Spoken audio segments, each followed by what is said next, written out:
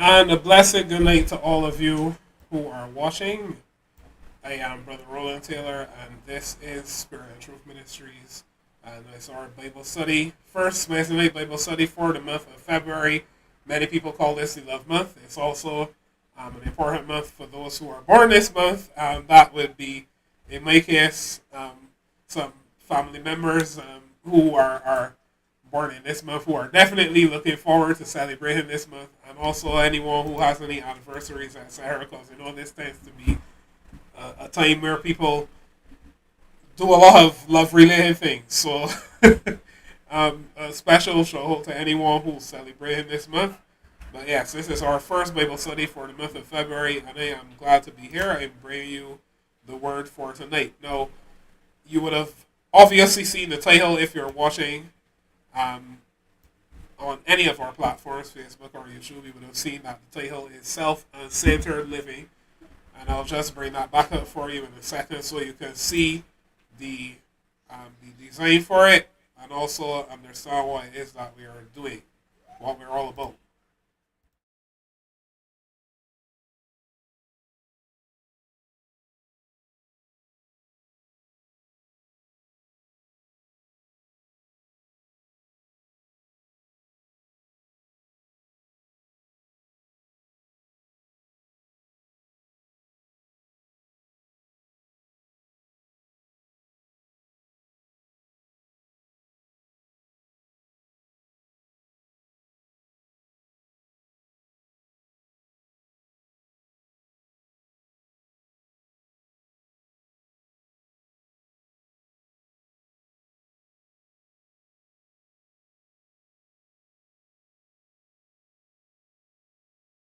Us to be self-focused, to be self-centered, to be self-concerned, and there is a healthy form of this, but the form that we have in the world today is obviously unhealthy, which is why we often talk about, don't center yourself and don't, put yourself on a pedestal and all of these things we often say. And so tonight we're going to look to the word to see what that looks like really and truly in a way that we probably have not tackled before, a way we should not live from that place. So just as a not so much of a subtitle, but also to help you to understand where I'm going with this as well.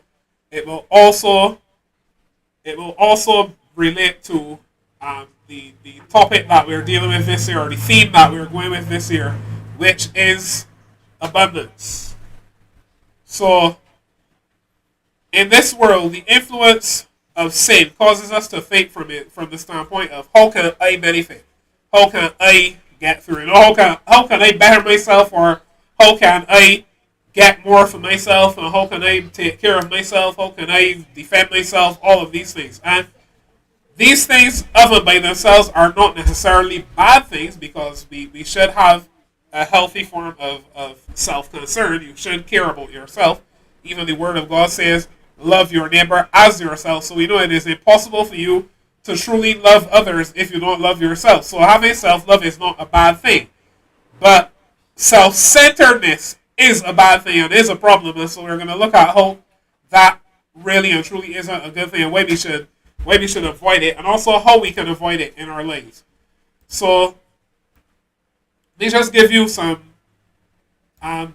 background, or some groundwork for where we're going with this tonight. So while it is true that this mentality is driven by self-interest in the sense of a greedy desire to acquire, it is also, and I'm talking about self-centeredness, it is also in reality driven by fear and by extension the primal urge of self-preservation. So it is natural for us to want to survive. It's natural for us to want to maintain our lives. It's natural for us to want to have things and to want to have our needs met and all of that. It is natural to have that primal urge for self-preservation. Nothing is wrong with self-preservation other by itself. It is when self-preservation goes beyond its natural form and it becomes problematic. That's when it becomes problematic. So if we fear that we will not have, whether that is not to have our needs met, our desires fulfilled, our boundaries respected, then we can be driven to act in ways that put self above all else, because by rights we're looking out for our own good. So what basically what's happening here is, what I'm describing here is when sin takes what is a natural propensity to protect yourself, to take care of yourself, to care about yourself, and twists it. And it becomes turned in such a way now that you become focused on only how can I get through, how can I be satisfied, how can I be sorted. And you see a lot of I coming into play there. And so it can actually be dangerous when you get into this place, which is why we have murder, for instance. Because, and that could be for any number of reasons. It could be somebody offended me, somebody upset me, somebody hurt me, somebody took something that belonged to me, somebody looked at me funny, which has even been, the motive behind many murders in this world, believe it or not, has been something as simple as somebody looked at me funny. But when you look at it, the crux of the entirety there is me. I was offended, I was bothered, or I had something taken from me, or I was prevented from having something, or I desired something, or whatever it may be, is even at the crux, at the core, the central motivation for one of the most heinous crimes that you can commit. It is also at the center of things as simple as, or I shouldn't say even simple, but things as serious as, the word isn't coming to me now, but there's a word for it. Trying to remember what you call it now. Extortion, right. I knew the E was not the front of that word. I couldn't get it called for some reason. Extortion is another one of the things that can be driven by self-interest. Now, that self-interest could be that you feel you don't have enough, or that self-interest could be just simply that you greedily want more. But in either case, you're thinking ultimately of the fact that, hey, I want to be sorted, I want to have, I want to acquire, and I want to maintain. And so what you do is you pursue something that does not belong to you, or you pursue something that you desire in a way that is actually unhealthy and wrong. So selfish desires can lead us in directions we really don't want to find ourselves going. But of course, in the real world, this is absolutely necessary. And when I say this is absolutely necessary, I'm talking about having a self-interest and having, as I mentioned before, I mentioned that we fear that our needs will not be met, our desires will not be fulfilled, our boundaries will not be respected. Those are three major areas, and you can often find, this is not a hard and fast rule, but just like making an observation, you can often find three principles or three core foundations behind anything, any motivating factor in this life. So these three things, having our needs met, having our desires fulfilled, and having our boundaries respected, often drive us to act in certain ways. And in the real world, it is absolutely necessary to be concerned with having your needs met, having your boundaries respected, and having your desires fulfilled. What do I mean by that? For instance, you may have the desire to eat. The desire to eat is not a bad thing. The desire to eat is a signal that comes from your body that tells you that you're running low on energy reserves. It doesn't mean that you're going to pass out if you don't eat immediately unless you have a condition that can cause that to happen. But typically it just means your reserves are getting low and we are going to start to have tapping into the stored away energy that we have for emergencies. We need to put something in the fuel tank to keep you going. That's what the desire to eat comes from. The desire as well for companionship is not actually a bad thing. The desire, and I'm not talking now, believe it or not, I'm not talking about finding someone to spend the rest of your life with. I'm talking about something as simple as friendship. The desire to have a friend or to have a companion is not a bad thing because we are social beings. So we need to have socialization in our lives. So there's nothing wrong with having a desire to make friends. There's nothing wrong with having a desire to be around people. Some of us have that at different levels. For instance, I'm more of what you call a so-called introvert, and that means that I require a lot of quiet time that other people do not, where I can then recharge, I can think, I can put my thoughts together, and that is where I function at my best a lot of the time. But even people like myself need social interaction on some level, to some degree. Okay, so having this desire is absolutely necessary. And also having our boundaries respected is absolutely necessary. Nobody wants somebody to come, for instance, and stand on their toes. I remember one time when, and this is kind of a funny story, when I was in my teens, I had these steel tip shoes. And I used to feel especially smart with myself when any of the girls wanted to stand on them. Now, of course, it wasn't only about the fact that, hey, as a young boy, or young man, really, because I was a teen, that you feel like you're getting attention for the females or for the girls, it wasn't only about that. But for me, it was also about the fact that the guys are too big, and I really don't want a guy standing on my shoes. So that was it. But it was partially the attention I was getting, but also I felt really smart, having these shoes that were so strong that you could come and stand on my shoes, on my feet, and nothing could go wrong. So I used to feel really big. I used to feel strong, everything. But at the same time, I wouldn't have done that if I wasn't wearing those steel tip shoes, because I don't want anybody standing on my toes. They'll get crushed. So your boundaries need to be respected. It just seems a funny one there, but this is true in so many other ways. We don't want anybody to come and steal from us.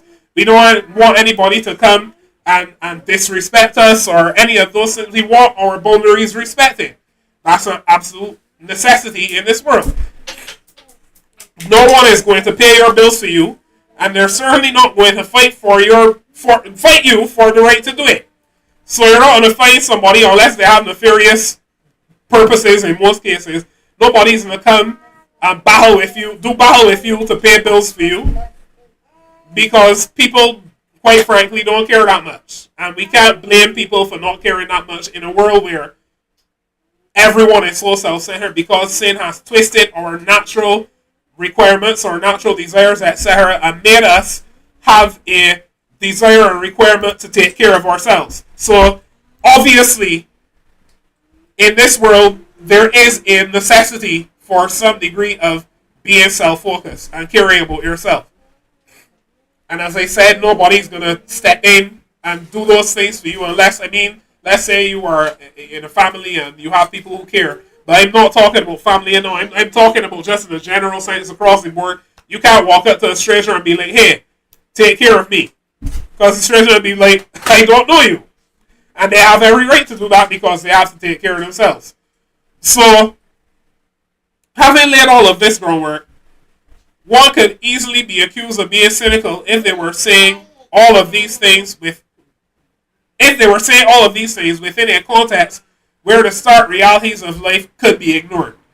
Yet, none of this is a shock or an affront to the majority of us, because it's life, and in the context of the world as it is, it's how life should be, right? That's how we typically think this how life should be, because nobody has the time to be preoccupied with that whole looking out for other people thing, right? Like, who has time with that? So waste of time as far as a sin control world is concerned. Who really has time with this thing of caring about other people? And another aspect of this self-focused thinking is that we worry. And I'm really going to be focusing on this part here a lot tonight. And I'm going to show you how even worrying, and I'm not saying this now to condemn us, I'm saying this now to edify us, because I do it too. I worry quite a bit. I'm being real with that. I worry quite a lot, and I want to be clear that this is by no means coming with a condemnatory message when I speak about this topic. I'm simply going to the Word, seeing what it says to us, and seeing how we can apply this to help us to heal and to live in the way that God intends. So let me just get that out there. But another aspect of this self-focused thinking is that we worry, we fret ourselves, and we agonize over what isn't, or what isn't going right or going our way. And by the way, I'm still laying foundation, but we're nearly done with that. So if you're wondering, Brother Roland has come all the time and you don't get to the Word, or you don't get the Bible, don't worry, we're getting there. And actually, I have quite a bit of scripture to go through, so we will get there very shortly.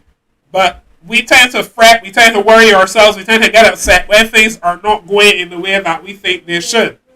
And we oftentimes put ourselves into stressful places, or we are put into stressful places, not that we put ourselves there. Sometimes it happens by circumstance. You may be in a family, you may be in a relationship, you may be in a circumstance, say at work, or your country may be going through something. There are various things that cause us to have worries and cares and cause us to fret, etc. So it's not always a matter of you putting that on yourself. It is a matter of sometimes the circumstances you're in cause these things to come on us, and we're worried, we're fretful, we're complaining, we're agonizing. Yet when we take the time to examine these things in light of the Word of God, we see that as believers, we see that we as believers are called to something very different. So going to Matthew 6, verses 25 to 34, let's see what Jesus had to say about this.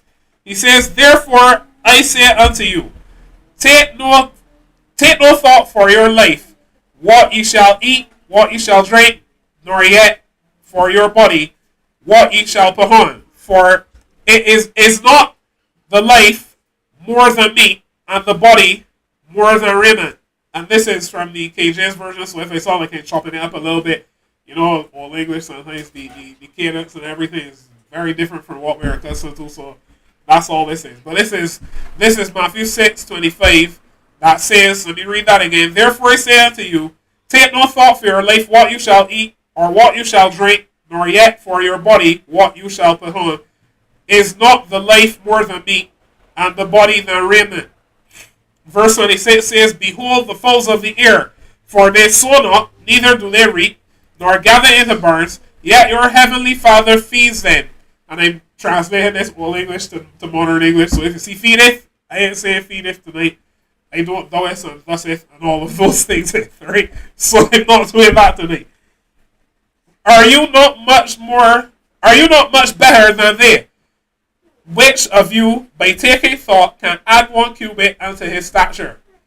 And when he says by taking thought here, he's not talking about just thinking it in the conventional sense. Because I ain't sure if you were to sit and think long enough, you will find a way. And people have found ways maybe a cubit is a lot. And really, if you could add a cubit to your stature, you may become so ungainly that you may not be able to walk. But there have been people who have discovered ways to increase stature, which I've always found a little bit odd, because what they do, they basically break your legs and insert some extra bone by, I think they put like metal rods or something in between the two broken pieces so that they stretch your leg out, and then in between there the bone grows back, it heals basically, and you grow taller. But what I've always said that is so weird about that is, what about your arms? Because we are proportioned on purpose, right? So if you go and you do that, and it's especially guys who go and get that surgery, I often wonder, like, don't you look a little bit odd when you're done? That you have like these really long legs and your arms are kind of just like, you know, these little T-Rex arms and all of a sudden. But anyway, I'm digressing there. But Jesus said, "Which of you, by taking thought, can add 1 cubit to his stature?" So what he's saying here, what you really understand it is, if you worry yourself with it, if you fret yourself with it, if you get all bothered over it, what is it going to do for you? You're not going to get any taller, but you're certainly going to waste your time, and you may actually end up so stressed out that it affects your health. So, verse 28, "Why take you thought for raiment? Consider the lilies of the field, how they grow. They toil not, neither do they spin. And yet I say unto you, that even Solomon in all his glory was not arrayed like one of these." Now again, I want to emphasize to you, none of this is to put condemnation on us, because it is natural in this world that you will think about these things. And I'm going to touch on that in a little bit. You will think about these things because it's a part of life. Everybody has to think about clothes, and everybody has to think about food, and everybody has to think about where they will live and all these things. There are things that are naturally on your mind. What we're talking about is not that you shouldn't ever remember that these things exist. When he says take no thought, it's not talking about, hey, don't be a human being, don't be real. He's saying to you, don't allow it to have the rule that burdens you. In other words, that's what he's trying. Well, not trying. That's what he's saying to us here. But continuing on. "Wherefore, if God so clothe the grass of the field, which today is, and tomorrow is cast into the oven, shall he not much more clothe you, O ye of little faith?" And this term here, ye of little faith, oftentimes we have seen it over the years as this derogatory response to his disciples. It is actually a term of endearment. It is like saying little brother, or like little cuz or anything like that. So he's actually endearing them to himself by calling them little faiths. If you were to translate it a little more colloquially, it would be little faiths and not ye of little faith, meaning like like he's